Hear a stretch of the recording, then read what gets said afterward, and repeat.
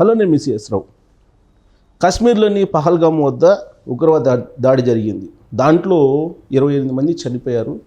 దానికి కారణాల మీద ఇప్పుడు అన్వేషిస్తున్నారు చాలామంది, దాని మీద ఎంక్వైరీ కూడా చేస్తున్నారు. అయితే అది ప్రభుత్వ వైఫల్యం అని చెప్పి కొంతమంది అంటుంటే, కాదని చెప్పి పాకిస్తాన్ వ్యూహం అని చెప్పి మరి కొంతమంది అంటున్నారు. అసలు ఏం జరిగింది, దాని పర్యవసానాలు ఏందని దాని మీద విశ్లేషణ చేసుకునే ప్రయత్నం చేద్దాం. ప్రస్తుతం మన దగ్గర రాజకీయ, సామాజిక, ఆర్థిక విశ్లేషకులు లేక పొలిటికల్ అనలిస్ట్ కృష్ణకుమార్ గారు ఉన్నారు. ఇంటరాక్ట్ అవుదాం. హలో అండి. Hello madam. దాడి దురదృష్టకరం, బాధ వేసింది నాకు కూడా. అంటే ఏమాత్రం సంబంధం లేని వాళ్ళని చంపేశారు వాళ్ళు. ఆ సంఘటన ఏంటి, దాన్ని ప్రభుత్వ వైఫల్యం కానీ అలాంటిది ఏమైనా కనిపించిందా? నా దృష్టిలో ప్రభుత్వ వైఫల్యమేనండి. ఎందుకంటే మన రక్షణ, భద్రత వ్యవహారాలు మొత్తం కేంద్ర ప్రభుత్వాన్ని, నిఘా వ్యవస్థలో కూడా కేంద్ర ప్రభుత్వాన్ని. అవసరమైనప్పుడు వాళ్ళు రాష్ట్రాల సహాయం తీసుకుంటారు తప్పితే రాష్ట్రాలకి ఏం సంబంధం లేదు. ఇప్పుడు ఎన్ఐఏ ఉంది. ఇప్పుడు ఈ రాష్ట్రంలో ఒక హరగోపాల్ గారిని అరెస్ట్ చేయాలనుకోండి, ఒక సంధ్య గారిని మీద ఉపా యాక్ట్ పెట్టాలనుకోండి, వాళ్ళని అరెస్ట్ చేసే సందర్భంలో లోకల్ పోలీసుని వాడుకుంటారు తప్పితే వాళ్ళు స్క్రిప్ట్ అంతా ఢిల్లీలోనే తయారవుతుంది. అంటే ఎన్ఐఏ జాతీయ భద్రత సంబంధించి జరుగుతుంది. వాళ్ళు లోకల్గా ఉన్న వాళ్ళని సహాయం తీసుకుంటారు అంతవరకే. అంతేగాని ఒక్కొక్కసారి ఈ రాష్ట్ర ప్రభుత్వం లేదండి వాళ్ళు చాలా అమాయకులండి, మంచోళ్ళండి, మీరు ఎందుకు అలా అనుకున్నారో కానీ వాళ్ళని వదిలిపెట్టండి అంటే కూడా వాళ్ళు వినరు. వాళ్ళు అనుకుంటేనే వీళ్ళని వదిలిపెడతారు. అట్లాగే ఎగ్జాంపుల్ చెప్పాను మీకు. అలాగే ఇప్పుడు కొంతమంది తెలిసి తెలియక ఏం మాట్లాడుతున్నారంటే అక్కడ ఉంది బీజేపీ గవర్నమెంట్ కాదు కదా అని మాట్లాడుతున్నారు. అసలు అక్కడ బీజేపీ గవర్నమెంట్ ఉన్నా, ముస్లిం పార్టీకి సంబంధించిన ఒమర్ అబ్దుల్లా ఉన్నా, ముఫ్తీ ఎవరున్నా సరే వాళ్ళు ఎంతవరకు అంటే వాళ్ళకి ఏదన్నా సమాచారం తెలిస్తే వాళ్ళు అలర్ట్ చేస్తే చెయ్యలేదు, మీకు తెలిసి చెప్పలేదు అని అడిగే అవకాశం ఉంటుంది తప్పితే మొత్తం బాధ్యత రాష్ట్ర ప్రభుత్వం మీద వేయటానికి వీల్లేదు. అంటే మొత్తం కేంద్రందే బాధ్యత. ఎవరు? అమిత్ షాదిను, రాజ్నాథ్ సింగ్దే బాధ్యత ఈ విషయంలో. మరి వాళ్ళిద్దరూ సరిగా ఉన్నారా లేదా? మనం మామూలుగా ఏం గొప్పలు చెప్పుకుంటాం, చేయమ చిటుక్కుమన్నా కనిపెట్టే రక్షణ వ్యవస్థ ఉంది మన దగ్గర, ఇంకేవేవో పేర్లు చెప్తుంటారు, ఛాతీ ఉంది, శాస్త్ర సాంకేతికత ఉంది, ఇంకేంటి అదేంటి ఇదేంటి అని చెప్పుకుంటాం మనం. మరి ఏంటి నుండి ఎందుకు ఇలా జరిగింది? ఇలా జరగాల్సిన అవసరం లేదే. మరి ఎక్కడ వైఫల్యం జరిగింది? నిఘా వ్యవస్థలు తప్పు చెప్పినాయా? అంచనాలు వేయడంలో తప్పు జరిగిందా? ఏం జరిగింది? మీరైతే బాధ్యత వహించాల్సిందే కదా. ఇంకొకళ్ళు ఎవరో వచ్చేసేసి ఏదో మోడీ ఉంటే ఇక్కడ ఆయన మీరు అన్నట్టు 56 అంగుళాల ఛాతీ అడ్డం పెడతాడు అన్నట్లు భారతదేశంలో మోడీ లేని టైం చూసి చేశారు అని మాట్లాడుతున్నారు. ఇక్కడ ఒక్కటే, వాళ్ళు కాశ్మీర్ మాది అని చెప్పాలనుకుంటున్నారు ఆ టెర్రరిస్టులు. వాళ్ళ ధిక్కార స్వరం ఏంటి అంటే ఈ కాశ్మీర్ మీద మాకు హక్కు ఉంది అని చెప్తున్నారు. అంతకంటే వేరే ఏం లేదు. వాళ్ళ టెర్రరిజానికి ఏంటి కారణం? కాకపోతే వాళ్ళల్లో ఆ ఉద్దేశాలని చొప్పించి వాళ్ళని టెర్రరిస్టులుగా తయారు చేసే ఒక వ్యవస్థ ఉంది. ఆ వ్యవస్థ ఎవరు అంటే అమెరికానే. అమెరికానే. పాకిస్తాన్ అంటారు. అవును, పాకిస్తాన్ని ఒక ప్లేస్గా వాడుకున్నాయండి. ఇప్పుడు నేను మీకు ఒక ఎగ్జాంపుల్ చెప్తా. గోరింక గుడ్లు పొదగటం రాదు. ఏం చేస్తుంది? చిలుక స్థావరంలో వెళ్ళి గుడ్లు పెడుతుంది. పాడడం మొదలెట్టిన తర్వాత అది గోరింకో చిలకో ఏదో తేలిపోతుంది. అవునా? అట్లాగే భారతదేశంలో అమెరికా డైరెక్ట్గా వచ్చి పక్కనే లేదు కాబట్టి ఇక్కడ ఏమైనా చేయాలి అంటే చేయలేదు. మన పక్కన పాకిస్తాన్ ఉంది. వాళ్ళు ఎప్పుడైనా సరే ఏ దేశం మీదైనా సరే అమెరికా వాళ్ళు ఒక ఆధిపత్యాన్ని తీసుకోవాలి అనుకుంటే అది ఆర్థికంగానా రాజకీయంగానా ఏ రకంగా ఆయుధాలు అమ్ముకోవటం కోసమైనా సరే వాళ్ళు అనుకున్నారు అంటే ఏం చేస్తారంటే ఆ పక్కనున్న ఒక దీవినో లేకపోతే ఒక సముద్రంలో ఒక ప్రాంతాన్ని ఎన్నుకుంటారు. ఎన్నుకుని అక్కడ వాళ్ళు ఒక స్థావరం ఏర్పాటు చేసుకుని, ఇప్పుడు ఇంతకుముందు కూడా డిగో గార్షియాలో వాళ్ళకి ఆయుధ స్థావరాలు ఉండేవి. ఆ ఎత్తేయమని ఆ దేశం వాళ్ళు అడిగారు. ఇవాళ వీళ్ళు ఉన్నారు, ఎవరు, పాలస్తీనాను హమాసు ఇజ్రాయెల్ పోట్లాడుకుంటున్నారు. దానికి ఎవరు కారణం? అమెరికా కదా, ఆయుధాలు అమ్ముకోవటానికి కదా. రష్యాను ఉక్రెయిన్ పోట్లాడుకుంటున్నాయి. అసలు ఉక్రెయిన్ యుద్ధం చేయమని చెప్పింది ఎవడన్నా చికెన్ షాప్ ముందుకెళ్ళి తొడగొడతా ఒక కోడికి దాని ప్రాణం ఉంటుందా? రష్యా ముందు ఉక్రెయిన్ అంతే. మరి ఎందుకు చేసింది? ఆ మాత్రం తెలియక చేసిందా? చేసిందిగా, చేసినందుకు అనుభవిస్తుంది. ఇప్పుడు పాలస్తీనా అయినా అంతే, ఇజ్రాయెల్ అయినా అంతే. ఇక మనం ఎగ్జాంపుల్ పాకిస్తాన్ తీసుకుందాం. ఈ పాకిస్తాను ఒసామా బిన్ లాడెన్కి స్థావరం ఇచ్చింది కదా. మరి మీకు తెలిసి మీరు పాకిస్తాన్కి ఎంత సాయం చేశారో ప్రపంచం మొత్తానికి తెలుసు. చైనా మీద ఆధిపత్యం సాధించడానికి మీరు ఎన్నెన్ని కుతంత్రాలు చేశారో అమెరికా వాళ్ళు, అంటే నాదే పై చేయిగా ఉండాలి అని చేశారు కదా. మరి చేసినప్పుడు ఆ దేశంలో ఎంత పేదరికం ఉంది. అసలు ఇప్పుడు ఉగ్రవాదంలోకి రమ్మనగానే పరిగెట్టుకుంటా వెళ్ళిపోయి ఏదో భగత్ సింగ్ ఉరికంబాన్ని కావలించుకున్నట్టు ముద్దు పెట్టుకున్నట్టు ఎవరు ఉగ్రవాదంలోకి వెళ్ళరు. మీరు అక్కడికి వెళ్ళిన వాళ్ళని చూడండి, చాలామందిని పేదలే వెళ్తారు. ఇప్పుడు హైదరాబాదు పాత బస్తీ వాళ్ళు ప్రపంచంలో ఎక్కడ ఏది జరిగినా హైదరాబాద్ పాత బస్తీకి లింకులు పెడుతుంటారు. ఏంటి రీజన్ ఏంటి? అక్కడ పేదరికం ఉంది. పేదరికానికి, టెర్రరిజానికి, పేదరికానికి చాలా చాలా జరిగే అనర్థాలకి కారణం ఉంటుంది. మొత్తం కుట్ర అమెరికా చుట్టూ తిరుగుతుందంటారా? అమెరికా చుట్టూనే తిరుగుతుంది కుట్ర. వాళ్ళు పాకిస్తాన్ వాళ్ళకి ఇలా టెర్రరిజం అలవాటు చేశారు వాళ్ళ అవసరాల కోసం. ఇప్పుడు అవసరాలకి అలవాటు చేసిన తర్వాత వాళ్ళు ఊరికనే ఉంటారా? ఇప్పుడు ఓ పిల్లోడికి రాళ్ళు వేయమని నేర్పించాం మనం. నువ్వు ఎవరికో ఒక టార్గెట్ చెప్పి ఏమన్నా వాళ్ళకి, నువ్వు పక్కకి వెళ్ళిన తర్వాత ఆడికి ఇంకెవరో టార్గెట్గా అనిపించింది వేస్తాడు. సో తప్పు ట్రైనింగ్ ఇచ్చిన వాళ్ళదే తప్పు. ఆశ్రయం ఇచ్చిన దేశాన్ని. ఇప్పుడు ప్రధానమంత్రి నరేంద్ర మోడీ గారు ఏం చేయాలి? ట్రంప్ ఇద్దరు మంచి స్నేహితులు కదా. మరి ఏమండి, తమ్ముడే ప్యాకెట్. మీరు అక్కడేమి మరి అలాంటప్పుడు మరి మన ఇద్దరు మంచి స్నేహితులు కదా, మీరే చెప్పారుగా. మరి ఇండియాకి ఎందుకు పంపించేస్తున్నారు? స్టూడెంట్స్ని అడ్డుకోవచ్చుగా. బేడీలు వేసి మరీ పంపిస్తున్నారు, యుద్ధ విమానాల్లో పంపిస్తున్నారు. యుద్ధ ఖైదీలను తీసుకొచ్చినట్టు. వాళ్ళు యుద్ధ ఖైదీలా? కాదు కదా. కొన్ని దేశాలు వ్యతిరేకించినాయి.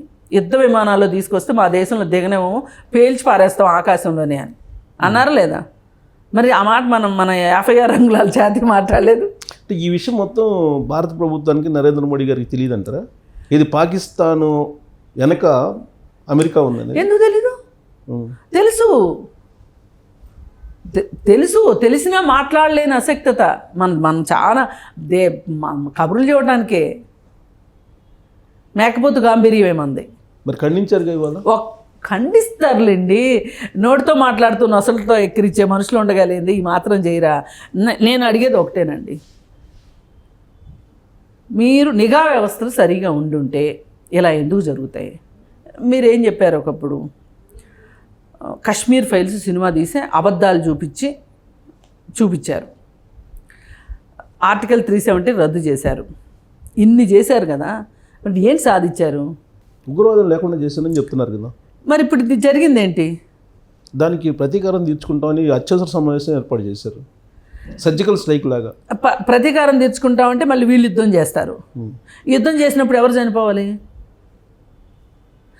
దీనికి అన్నిటికన్నా ముందు మీరు నిఘా వ్యవస్థలు సరిగ్గా పెట్టుకుని ఉన్నట్లయితే వాళ్ళు యుద్ధం చేసే పని ఉండేది కాదు. ఇప్పుడు 28 మంది చచ్చిపోవాల్సిన పని ఉండేది కాదు. రేపొద్దున మళ్ళీ మీరు యుద్ధం చేస్తే ఇంకొంతమంది చచ్చిపోవాల్సిన అవసరం ఉండేది కాదు. ఇంకొక ఆయన ఎవరు అరికాల్లో మెదడు ఉన్నాయని చెప్తున్నాడు. మోడీ గారు ఇంక మీరు యుద్ధం చేయాల్సిందేనండి, యుద్ధం చేయకపోతే తప్పదండి, వెళ్ళండి, మీరు అందరూ వెళ్ళరే యుద్ధంలోకి వెళ్ళాలిగా. మరి యుద్ధం అంటే ఏదో వీళ్ళకి బెల్లం కూడా ఆడుకున్నంత ఈజీగా ఉంది యుద్ధం అంటే. ఇప్పుడు అదే చాలా మంది ఊళ్ళో వస్తున్నారు. ఎవరైనా సరే దానికి అనుకూలంగా పోస్ట్ పెట్టిన వాళ్ళని పంపించాలి సైన్యంలోకి. మీరు ఎందుకు వెళ్ళట్లా సైన్యంలోకి? ఎందుకు వెళ్ళరండి? మీరు ఎందుకు వెళ్ళలేదు, నేను ఎందుకు వెళ్ళలేదు? సైన్యంలోకి వెళ్ళడానికి కూడా ఒక ప్రాథమికమైన కారణం, తెలుసో తెలియని ఒక కారణం, వెనకమాలున్న కారణం పేదరికమే. ఎక్కువ మంది పేదరికంతోనే వెళ్తారు. డబ్బున్నోళ్ళు ఎవరు వెళ్ళరు. ఎవరు వెళ్తారు? ఆఫీసర్ల కొడుకులు ఆఫీసర్లు అవడానికి వెళ్తారు. వాళ్ళు ఎప్పుడు డైరెక్ట్గా యుద్ధంలో ఉండరు, యుద్ధ భూమిలో ఉండరు. యుద్ధం అంటే ఎంతో వీళ్ళు సరదాగా ఉంది. ఎంతమంది ఆడవాళ్ళకి భర్తలు కోల్పోతారు, ఎంతమంది తల్లులు కొడుకులను కోల్పోతారు, ఎంతమంది పిల్లలు తండ్రులను కోల్పోతారు. సో ఓవరాల్గా ఈ ఇన్సిడెంట్లో అమెరికా కుట్ర కనిపిస్తుందా మీకు, లేదంటే ఇంటెలిజెన్స్ వైఫల్యం కనిపిస్తుందా?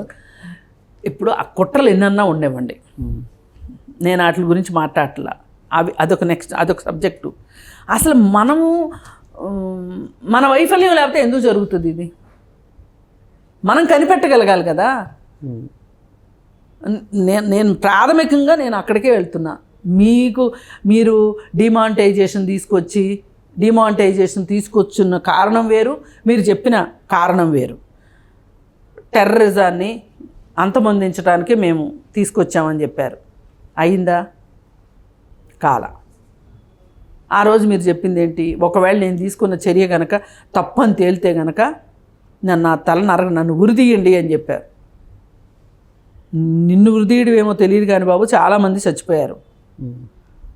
ఇప్పుడు ఈయన నిర్ణయాలు తీసుకోవటంలో ఈయన చాలా చాలా చేతగాని వాడు అనేది అర్థమవుతుంది. ఇప్పుడు ప్రధానమంత్రి ఉన్నారు, ఆయన త్రివిధ దళాల అధిపతి ఉంటారు, జాతీయ భద్రతా సలహాదారు అజిత్ దోవల్ ఉన్నారు. వీళ్ళు చేయాల్సిన పని కదా అది నిరంతరం. వాళ్ళందరితో చేయించాల్సిన బాధ్యత ఎవరిది? మీరు పరీక్ష 10th క్లాస్ పరీక్షలు వస్తున్నాయి, పిల్లలు పరీక్షలు బాగా రాయండి, లేదు జలుబు చేయకుండా ఉండాలి అంటే ఈ మాత్ర వేసుకోండి, తిన్నది అరగకపోతే యోగా చేయండి, ఇలాంటివి చెప్పడానికి ఒక ప్రధానమంత్రి అక్కర్లేదండి. అదేదన్నా మహా అయితే చెప్పాల్సి వస్తే ఒక ఆరోగ్య శాఖ మంత్రి చెప్తాడు. కుక్క పని కుక్క చేయాలి, గాడిద పని గాడిద చేయాలంటే ఇదే అర్థం. మీరు ఇలా మధ్యతరగతి వాళ్ళందరికీ కాస్త ఆయిల్ మసాజ్ చేద్దామన్న ఉద్దేశంతో జలుబు చేయకుండా చూసుకోండి, యోగా చెయ్యండి, లేకపోతే కరోనా వస్తే టప్పెట్లు మోగించండి, దీపాలు వెలిగించండి అని చెప్పినంత ఈజీ కాదు రక్షణ భద్రత అంటే. సో ఓవరాల్గా ఈ వైఫల్యం మోడీది అంటారా? మోడీ ప్రభుత్వాన్ని అంటాను నేను. ఇప్పుడు ప్రజల్ని, ఇప్పుడు ఒక ఇంట్లో చిన్నపిల్లలు ఉంటారండి, వాళ్ళకి తిండి పెట్టాల్సిన బాధ్యత ఎవరిది? తల్లిదండ్రులది. వాళ్ళు స్కూల్కి పంపించాల్సిన బాధ్యత ఎవరిది? తల్లిదండ్రులు. బట్టలు ఇవ్వాల్సిన బాధ్యత ఎవరిది? తల్లిదండ్రులు. ఈ మూడిట్లో వాళ్ళకి ఏదైనా ఆరోగ్యం బాగా చూపించాల్సిన బాధ్యత తల్లిదండ్రులు. ఈ 4 పనులు జరగకపోతే ఏమంటారు? ఏం తండ్రి అయ్యా నువ్వు అంటారు. అంటే తండ్రి బాధ్యతనే కదా, కేర్ అండ్ ప్రొటెక్షనే కదా అక్కడ. మరి ఇప్పుడు దేశ ప్రజలు 140 కోట్ల మందికి మాదే బాధ్యత, అలాగే సనాతన ధర్మమే సర్వరోగ నివారణి అని చెప్పుకుంటూ వచ్చారు కదా, మరి ఏమైంది ఇప్పుడు? నేను అడిగేది అది. ఇప్పుడు ఆ దాడి జరిగినప్పుడు కూడా వాళ్ళు ముస్లిమేతరుల మీద కాల్చివేశారు, పైగా పురుషుల్ని, జెంట్స్ని టార్గెట్ చేసుకున్నారు. పాకిస్తాన్ రక్షణ మంత్రి ఏమంటున్నాడు? ఇండియాలో ఉన్న ఇంటర్నల్ ఇష్యూస్ ఉన్నాయి, ఛత్తీస్గఢ్, నాగాలాండ్, మణిపూర్, వాటి కారణంగా అది జరిగింది, మాకు సంబంధం లేదని వాళ్ళు అంటున్నారు. నమ్మొచ్చా? అంటే ఇంకొకళ్ళు ఎవరో చెప్పారంట కదా, మాదే బాధ్యత అని ఒకళ్ళు చెప్పేశారంట. లష్కరే తోయిబా అనుబంధ విభాగం చెప్పింది, TRF ఒక వింగ్, ఉగ్రవాదుల వింగ్ అది చెప్పింది. పాకిస్తాన్ మాకు సంబంధం లేదు అంటుంది. పాకిస్తాన్కి డైరెక్ట్గా సంబంధం లేదు. నువ్వు ఇప్పుడు దొంగలకి నీళ్లు పోసేవాడు దొంగతో సమానమే నా దృష్టిలో. నువ్వు దొంగతనం చేయకపోవచ్చు, దొంగలకు నీళ్లు పోసిన వాడు ఏమంటారు? దొంగతనానికి సహకరించిన. దీనికి కారణం ఏంటి? వాళ్ళు ఇంటర్నల్ ఇష్యూస్ అని చెప్తున్నారు. నేనేమంటున్నానంటే ఇక్కడ అతి తెలివిగా చాలామంది మతం మీదకి నెట్టాలని చూస్తున్నారు. ఇది మతం మీదకి నెట్టాల్సిన విషయం కాదు. ఇప్పుడు మీరు మతము అనే క్వశ్చనే వస్తే ఇజ్రాయెల్ పాలస్తీనాలో జరిగేది మతం గొడవ. ఇక్కడ మతం గొడవ లేదు. పాకిస్తాన్లో ఉన్న ముస్లిం ఏదైనా తప్పు చేస్తే దానికి భారతదేశంలో ఉన్న ముస్లింలకి అంటగట్టాలి అని చూస్తే చాలా చాలా తప్పు అది. ఇప్పుడు ఇంకొక ఆయన అడుగుతున్నాడు, అంటే ఇప్పుడు మేము కాశ్మీర్ వెళ్ళాలి అంటే టోపీ పెట్టుకుని గడ్డం పెంచుకుని ముస్లిం పేరు పెట్టుకుని వెళ్తే సరిపోద్దా అని. ఇవన్నీ ఎలా ఉన్నాయంటే బాగోదు కొన్ని మాట్లాడుకుంటే. వాళ్ళ ప్రయత్నం కూడా అదే కదా, ముస్లిమేతరుల్ని టార్గెట్ చేసి మీరు మోడీకి చెప్పుకోపో ఇలానే ఉంటుంది చావు అంటే అని చెప్పి చెప్పడం, ఇవన్నీ నేను కాదనట్లా. వాళ్ళ ధిక్కార స్వరం ఏంటి? కాశ్మీర్లో మాకు హక్కు ఉంది అని చెప్తున్నారు. వాళ్ళ ఉద్దేశమే అది. అందుకే టెర్రరైజ్ చేయాలని చూస్తున్నారు. కాశ్మీర్ మీద వాళ్ళకి హక్కు లేదు అనేది మన వాదన. ఇప్పుడు ఇక్కడ ఏం చేయాలి? ఇప్పుడు అన్నదమ్ముల పంచాయతీ ఇది. అవును. ఈ అన్నదమ్ముల పంచాయతీ వచ్చినప్పుడు ఒక తండ్రి ఆస్తి గురించి ఇద్దరు అన్నదమ్ములు పోట్లాడుకుంటున్నారు. దాని మీద కూర్చొని భేషజాలు వదిలేసేసి పట్టువిడుపులతోటి ప్రశాంతంగా ఉండటం ఇంపార్టెంటా, లేకపోతే కాశ్మీర్ మాదే మాదే అని వీళ్ళు, కాశ్మీర్ మాదే మాదే అని వాళ్ళు కూర్చోవడం ఎంతవరకు కరెక్టు? దీనికి ఏదో ఒక ఎమికబుల్ సొల్యూషన్ ఉండాలి కదా. ఎన్ని సంవత్సరాలు కాశ్మీర్ లోయలో చూసాం మనం. అందుకే మతానికైతే ముడిపెట్టదు. కానీ ముడిపెట్టే ప్రయత్నం చేస్తున్నారు కదా, వీళ్ళు చేస్తున్నారు ఇక్కడ, వాళ్ళు చేస్తున్నారు కదా. వాళ్ళు టెర్రరిస్టులు చేస్తారని వాళ్ళు తప్పుడోళ్ళు. అసలు వాళ్ళు సరైన వాళ్ళు అయితే ఇక్కడ దాకా ఎందుకు వస్తుంది వ్యవహారం? మనం ఎందుకు మాట్లాడుకుంటాం? మనకి బుద్ధి సరి మనమైన బుద్ధితో ఆలోచించాలంటున్నాను నేను. ఇప్పుడు ఇక్కడ అంటే ఇది మతపరమైనటువంటి దాడి కాకుండా ఇది ఉగ్రవాద దాడి కింద చూడాలా, పాకిస్తాన్ దాడి కింద చూడాలా? ఉగ్రవాద దాడే. అది పాకిస్తాన్ ప్రేరేపితమా కాదా అనేది మనకు తెలియదు. కానీ వాళ్ళకి షెల్టర్ ఇచ్చింది పాకిస్తానే కాబట్టి పాకిస్తాన్ కూడా సమాధానం చెప్పాల్సిన అవసరం ఉంది ఇక్కడ. సో ఇది ఎట్ టర్న్ అవుతుంది రాబోయే రోజుల్లో అనుకుంటున్నారు? రాబోయే రోజుల్లో ఈ దేశంలో బీజేపీ అన్ని రాష్ట్రాల్లోనూ ఉంటేనే ఈ దేశానికి రక్షణ అనే ఒక మాటని చొప్పించాలని చూస్తున్నారు. అందుకే ఆ మాట వచ్చింది. అక్కడ ఉన్నది బీజేపీ ప్రభుత్వం కాదు, బీజేపీ ప్రభుత్వం అయితేనా అనే మాట అందుకే వచ్చింది. ఆ మాట కరెక్ట్ కాదంటాను నేను. ఎవరున్నా జరగవచ్చు, ఏది భద్రతా వైఫల్యం ఉంటే. పైగా చనిపోయింది పురుషుల మహిళల అనే దానికంటే కూడా అక్కడ మనుషులు చచ్చిపోయారండి. అది మనము మర్చిపోతే ఎట్లా? మేమేదో కావాల్సుకుని బీజేపీ వాళ్ళు అనాలని కాదు, వాళ్ళు ప్రభుత్వంలో వాళ్ళు ఉన్నారు కాబట్టి వాళ్ళు ఆన్సర్ చెప్పాలి. ఇప్పుడు రాహుల్ గాంధీ ఉన్నప్పుడు జరిగింది అనుకోండి, రాహుల్ గాంధీ సమాధానం చెప్పాల్సిందే. ఇందిరాగాంధీ ఉంటే ఇందిరాగాంధీ చెప్పాల్సిందే సమాధానం. ఎవరున్నా వాళ్ళైతే సమాధానం చెప్పాల్సిందే కదా. నాకు సంబంధం లేదంటే కుదరదుగా, తూచి అంటే అయ్యే పని కాదుగా ఇది. అందుకని ఇక నుంచి అయినా సరే ఇది మనకి ఒక వార్నింగ్ బెల్ అనుకుందాం. రక్షణ, మన సరిహద్దు ప్రాంతాల్లో రక్షణ వ్యవస్థను మటుకు పటిష్టం చేసుకోవాల్సిన అవసరం ఉంది. సో మోడీ గారి గురించి బాగా తెలుసు కదా, మనం 10 సంవత్సరాల నుంచి చూస్తున్నాం కదా, ప్రధానమంత్రిగా ఉన్నారు, 3వ ప్రధానమంత్రి అయ్యారు. యుద్ధానికి సన్నద్ధమేనా? ఏంటండి యుద్ధం చేసే పరిస్థితి ఎక్కడుంది ఈ దేశంలో? 90% మందికి మీరే ఒక ఇంటర్వ్యూలో చెప్పినట్టున్నారు 3 సర్వేల గురించి. 90% మంది అసలు ఈ నెల నాకు జీతం వస్తుందా రాదా, ఫస్ట్ తారీఖు జీతం వస్తుందా రాదా అనే భయంలో ఉన్నారు అని చెప్పారు. అలాంటి పరిస్థితులు ఈ దేశం ఆ పరిస్థితిలో ఉంటే ఇవాళ యుద్ధం అంటే తమాషాగా ఉందా? వనరులన్నీ యుద్ధానికే వెళ్ళిపోతాయండి. ఓకే, ప్రాక్టికల్గా మీరు చెప్తున్నారు. మోడీ గారి దూకుడు, మోడీ గారి నిర్ణయాలు మీరు చూశారు కదా, ఆయన ఏ నిర్ణయం తీసుకోబోతున్నారు అని ఎక్స్పెక్ట్ చేస్తున్నారు. ఆయన ఏ నిర్ణయం తీసుకున్నా ఆయన ఏదో తోటోడు తొడగోసుకుంటే నేను మెడగోసుకుంటా అన్నట్టుంటుంది తప్పితే ప్రయోజనం లేదు. ఇక్కడ తీసుకోవాల్సింది ఏంటి అంటే రక్షణ చర్యలు మాత్రమే దీనికి. ఇప్పుడు దీనికి అవును కరెక్టే, వాళ్ళని ఎంతమందిని పట్టుకుంటారు మీరు? ఈ ప్రాసెస్లో మన సైన్యం ఎంత నష్టపోతుంది? ఇదేమన్నా బాగా అనాగరిక కాలమా, మైట్ ఈజ్ రైట్ అనుకునే కాలమా? కాదుగా, ఇది నాగరిక కాలం. కానీ జరుగుతున్నాయి, మనకు బాధ అనిపిస్తుంది. కానీ అసలు మన దేశం పాలసీ ఏంటి? పంచశీల సిద్ధాంతం మంది. ఇవాళ నెహ్రూ గురించి అవాకులు చవాకులు పేలమంటే పేల్తారు. నెహ్రూనే చేశాడు ఇదంతా. అవును, నెహ్రూ చేసిన నిర్ణయం కారణంగానే ఇవన్నీ వస్తున్నాయని మాట్లాడుతున్నారు. ఆనాటి దేశ కాలమాన పరిస్థితులను బట్టి ఆ నిర్ణయం తీసుకున్నారు.